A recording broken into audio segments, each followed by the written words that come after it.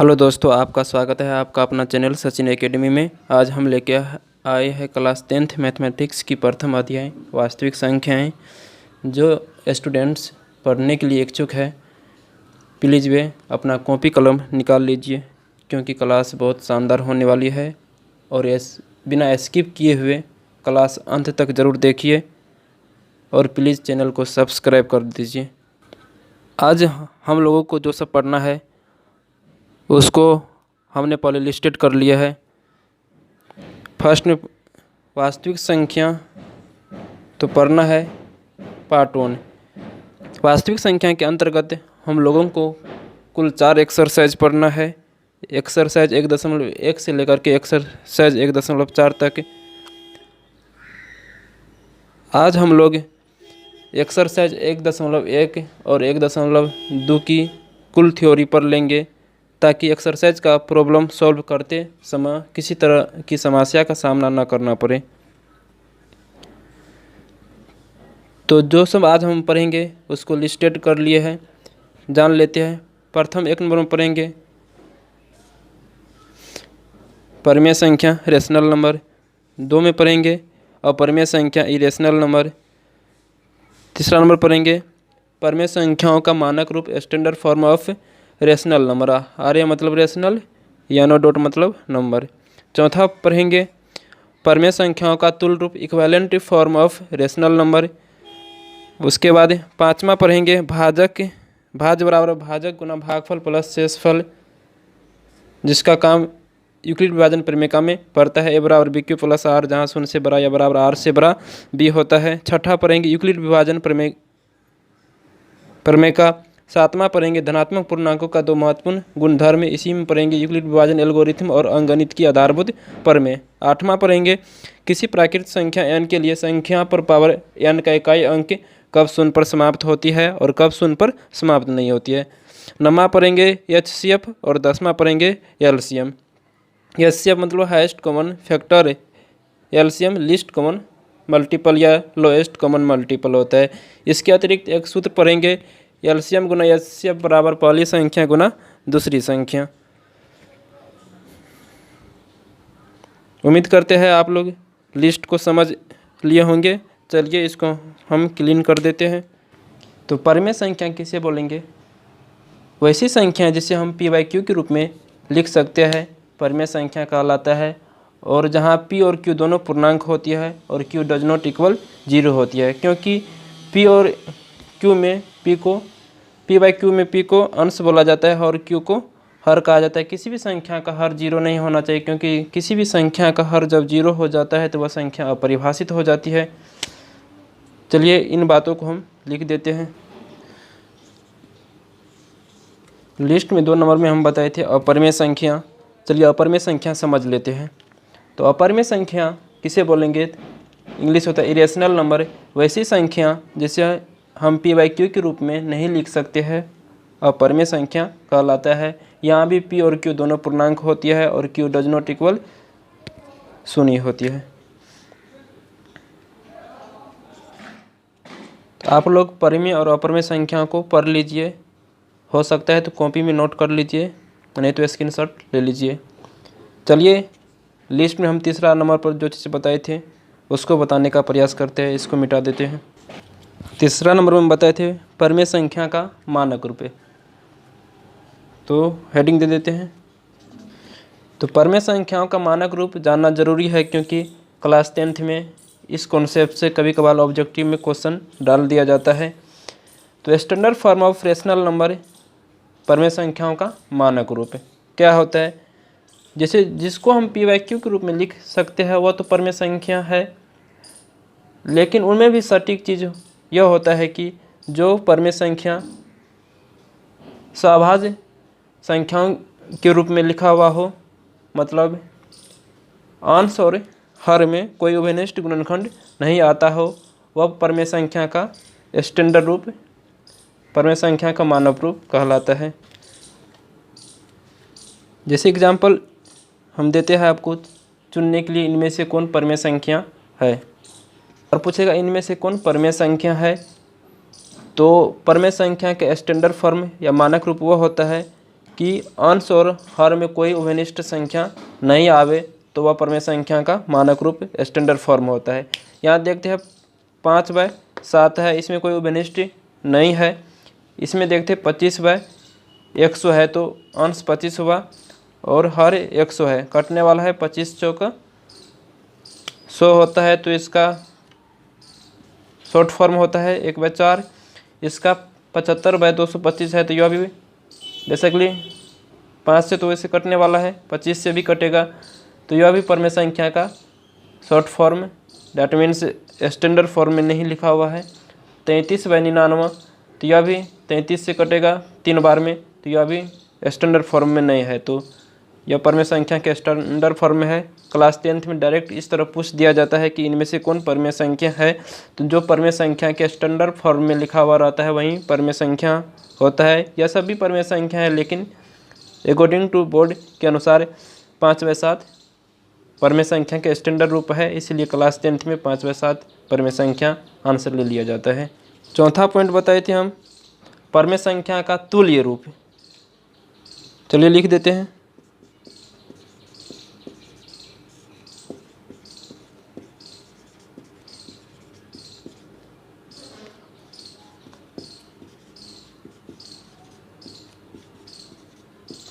तुल्य रूप इंग्लिश होता है इक्विवेलेंट। परमेय संख्याओं का तुल्य रूप इंग्लिश होता है इक्विवेलेंट।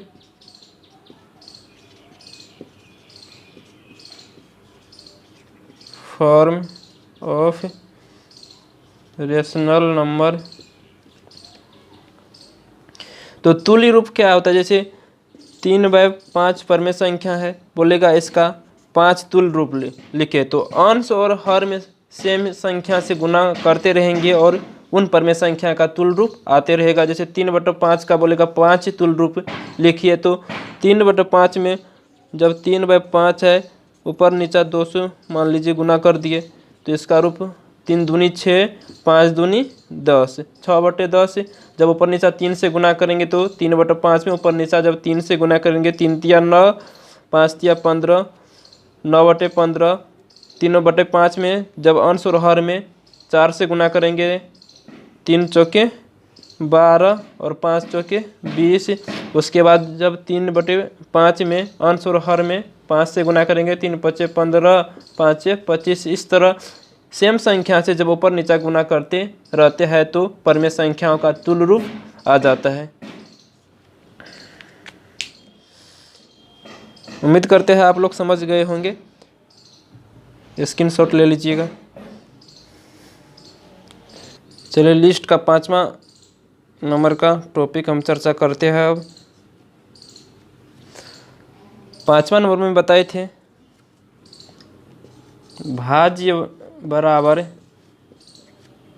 भाजक गुना भागफल प्लस शेषफल। बच्चा में हम लोग डिवीजन को बना लेते थे और इन्हीं कॉन्सेप्ट पर, इन्हीं सूत्र से उसको जांच करते थे। भाज्य बराबर भाजक गुना भागफल प्लस शेषफल। तो भाज्य का इंग्लिश डिवाइडेंड होता है, डिवाइडेंड इक्वल भाजक का होता है डिविजर, और भाज्य का इंग्लिश डिवाइडेंड होता है, भाजक का डिविजर होता है और भागफल का क्यूसेंट होता है, और शेषफल का रिमाइंडर होता है। तो डिवाइडेंड बराबर divisor multiplied by quotient, addition में रिमाइंडर। डिविजर गुना क्यूसेंट प्लस रिमाइंडर। डिवाइडेंड बराबर होता है divisor into quotient add reminder.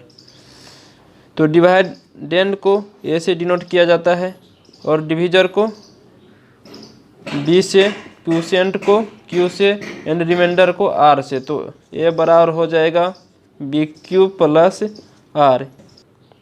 इसका उपयोग यूक्लिड विभाजन प्रेमिका में होता है, क्योंकि हम जानते हैं यूक्लिड विभाजन प्रमेय से तो धनात्मक पूर्णांक ए और बी दिए रहने पर ऐसी अद्वितीय पूर्ण संख्या क्यू तथा आर विद्यमान होती है जिनके लिए ए बराबर बी क्यू प्लस आर होता है। इसीलिए हम ए डिवाइडेंट भाज्य होता है, बी डिविजर भाजक होता है, क्यू क्यूसेंट भागफल होता है और आर रिमाइंडर दैट मीन्स शेषफल होता है।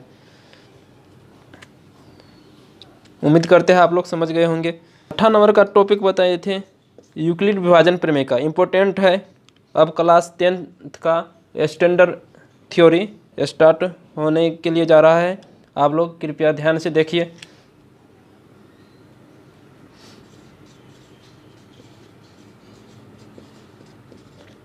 यूक्लिड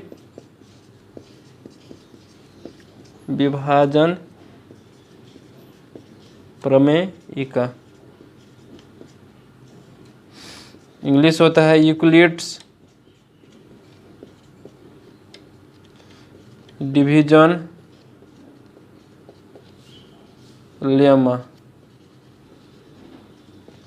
तो पढ़ेंगे यूक्लिड विभाजन प्रमेय का इंग्लिश होता है यूक्लिड्स डिवीजन लेमा। तो इसका कॉन्सेप्ट यह है कि दो धनात्मक पूर्णांक ए और बी दिए रहने पर, क्या कॉन्सेप्ट, दो धनात्मक पूर्णांक ए और बी दिए रहने पर ये कौन चीज़ हुआ, इससे पहले 5वां टॉपिक में हम पढ़ लिए थे, ये कौन सी भाज्य है और बी भाजक है। तो दो धनात्मक पूर्णांक ए और बी दिए रहने पर ऐसी दो अद्वितीय पूर्ण संख्याएं क्यू तथा आर विद्यमान होती है जिनके लिए, तो जब दो गो संख्याएं हमको मालूम है ए और बी, तो ए में भी जब बी से भाग देंगे तो स्वतः हम जानते हैं कि क्यू और आर मालूम हो जाता है। तो यूक्लिड विभाजन प्रमेय का यही कहते हैं कि दो धनात्मक पूर्णांक ए और बी दिए रहने पर दो ऐसी अद्वितीय पूर्ण संख्या क्यू तथा आर विद्यमान होती है जिनके लिए ए बराबर बी क्यू प्लस आर होता है, जहाँ शून्य से बड़ा या बराबर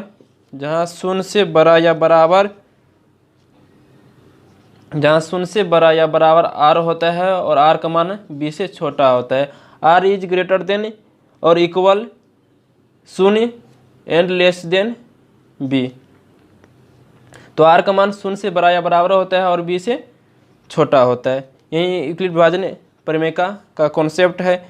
यूक्लिड विभाजन प्रमेय का प्रयोग संभवतः बहुत पहले से होता आ रहा था, लेकिन यूक्लिड नामक गणितज्ञ ने इसको अपनी पुस्तक द एलिमेंट्स के 7th खंड में लिखकर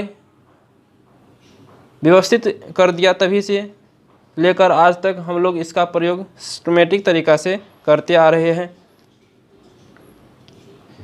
यूक्लिड विभाजन प्रमेय का ही संशोधित रूप यूक्लिड विभाजन एल्गोरिथम है, जो हम नेक्स्ट टॉपिक में पढ़ने वाले हैं।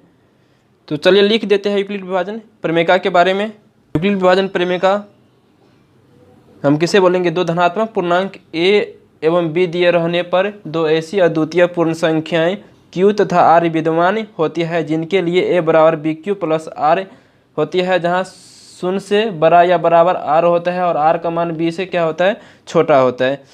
जैसे दो धनात्मक पूर्णांक हमको मालूम है 5, मान लीजिए एक धनात्मक पूर्णांक 17 है और दूसरा धनात्मक पूर्णांक 5 है। तो मान लीजिए यहाँ पर 17 5 से तो बड़ा है, हमें भाज्य तो 17 को मानना पड़ेगा, क्योंकि 5 में 17 से तो भाग नहीं लगेगा। तो भाज्य मान लिए, भाज्य बराबर 17 और जिससे भाग देते उसको भाजक बोलते, तो भाजक 5 मान लिए। जब भाज्य और भाजक मालूम है तो भागफल और शेषफल हम निकाल लेते हैं, क्योंकि किसी भी भाग में हम लोग तब तक भाग देते रहते हैं जब तक शेष शून्य ना हो जाए या शेषफल का मान और भाजक से कम ना हो जाए, तब तक हम भाग देते रहते हैं। और यह दोनों कंडीशन जब आ जाता है तो हम भाग देना छोड़ देते हैं।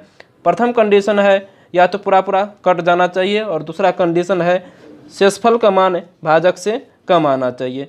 तो वहीं यहाँ पर यूक्लिड विभाजन प्रमेय बोलती है दो धनात्मक पूर्णांक ए एवं बी दिए रहने पर ऐसी दो अद्वितीय पूर्ण संख्या क्यू तथा आर विद्यमान होती है जिनके लिए ए बराबर बी क्यू प्लस आर होती है, जहाँ शून्य से बड़ा या बराबर आर होता है और आर का मान बी से छोटा होता है। जैसे यहाँ पर 17 में जब 5 से भाग देंगे तो 5 3 जा 15 होता है, घटाएंगे तो यहाँ पर 2 कट गया, 2 शेषफल बचा और 2 का मान 5 से छोटा है। यहाँ तो पूरा नहीं कटा, लेकिन शेषफल का मान भाजक से छोटा है तो हम लोग भाग देना बंद कर देते हैं। जैसे 20 डिवाइडेड बाय जब 5 करेंगे तो 5 4 जा 20 होता है, पूरा कट गया, रिमाइंडर जब 0 होगा तो भाग देने के लिए हम लोग छोड़ दिए यहाँ पर भी। उम्मीद करते हैं यूक्लिड विभाजन प्रमेय आप लोग समझ गए होंगे। चलिए नेक्स्ट टॉपिक पर आते हैं। हमारा टॉपिक पढ़ेंगे धनात्मक पूर्णांकों का दो महत्वपूर्ण गुणधर्म। धनात्मक पूर्णांकों का दो महत्वपूर्ण गुणधर्म पढ़ेंगे। प्रथम यूक्लिड विभाजन एल्गोरिथम, यूक्लिड्स डिवीजन एल्गोरिथम, और सेकंड पढ़ेंगे अंकगणित की आधारभूत प्रमेय। चलिए यूक्लिड विभाजन एल्गोरिथम का चर्चा कर लेते हैं, उसके बाद से यूक्लिड विभाजन एल्गोरिथम क्या होता है इसको समझने का प्रयास करते हैं, और यूक्लिड विभाजन एल्गोरिथम का प्रयोग यूक्लिड विभाजन प्रमेय से ज़्यादा है। तो यूक्लिड विभाजन एल्गोरिथम धनात्मक पूर्णांकों के विभाज्यता से संबंधित है, और यूक्लिड विभाजन एल्गोरिथम का प्रयोग धनात्मक पूर्णांकों का एचसीएफ निकालने में किया जाता है। तो यूक्लिड विभाजन एल्गोरिथम का कॉन्सेप्ट है, यदि एक धनात्मक पूर्णांक a को किसी अन्य धनात्मक पूर्णांक b से भाग दिया जाता है तो शेषफल r प्राप्त होता है, और शेषफल का मान भाजक दैट मीन्स b से हमेशा छोटा होता है। फिर से हम बोल देते हैं, एक धनात्मक पूर्णांक a को किसी अन्य धनात्मक पूर्णांक b से जब भाग दिया जाता है तो शेषफल r प्राप्त होता है, और इस शेषफल का